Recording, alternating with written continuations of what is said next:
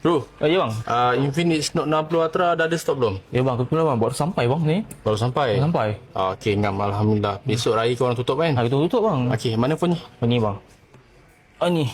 Infinix Note 60 Ultra Betul. Baru sampai Okey, macam mana buka dia? Okey, buka dia tengok tepi ni. Pin dan pin. Okey. So kita buka ke atas. Buka pun dah premium Okey. Lepas tu ni buka tepi. Okey, boleh tengok info ni? Boleh. Cuba so ni phone ni. Masa saya Muhammad. Ni bang phone ni. Okey, cantik lah. Warna hitam, nice. Okey, ni dia punya apa dapat dalam kotak ni? Okey, kalau dapat mesti dalam ni dah akan dapat sekali casing dengan dia punya wireless charger lah. Okey. Okey, ni satu, belah sini pun ada juga. Okey, yang ni dia punya docking untuk wireless charger dia. Okey, ni yang bulat ni masuk ni. Betul. Ini masuk ke sini. Lepas tu boleh wireless charging. Boleh saja tu nanti lah. letak kat sini lah. Betul, tak situ saja. Lagi dapat apa? Adapter dapat?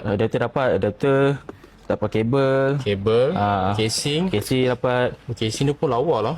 Casing lawa Casing karbon Betul.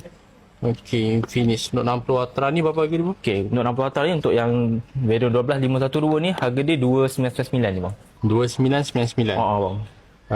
Kalau aku beli ni dapat apa lagi? Kalau beli ni saya mendapat ni, aku akan dapat sekali free dengan apa? X-Watch. S-Watch Dapat free sekali. Dapat percuma lah. Dapat percuma bang. Infinix S-Watch N5 Pro. Dapat sekali wajib yang dapat. Wajib dapat sekali. Okey, boleh aku. Boleh. Ya, kat terus boleh sebab aku pun lagi nak gerak balik kampung. Okey boleh bang. Okey, so ni kemah dulu. Aspirator boleh? Aspirator boleh. Bayar aspirator lah. Okey, okay bang. So kat sini. Sabar ni kita settlekan betul-betul lah. Bayar dulu. Okey, boleh. So, ya. Alright.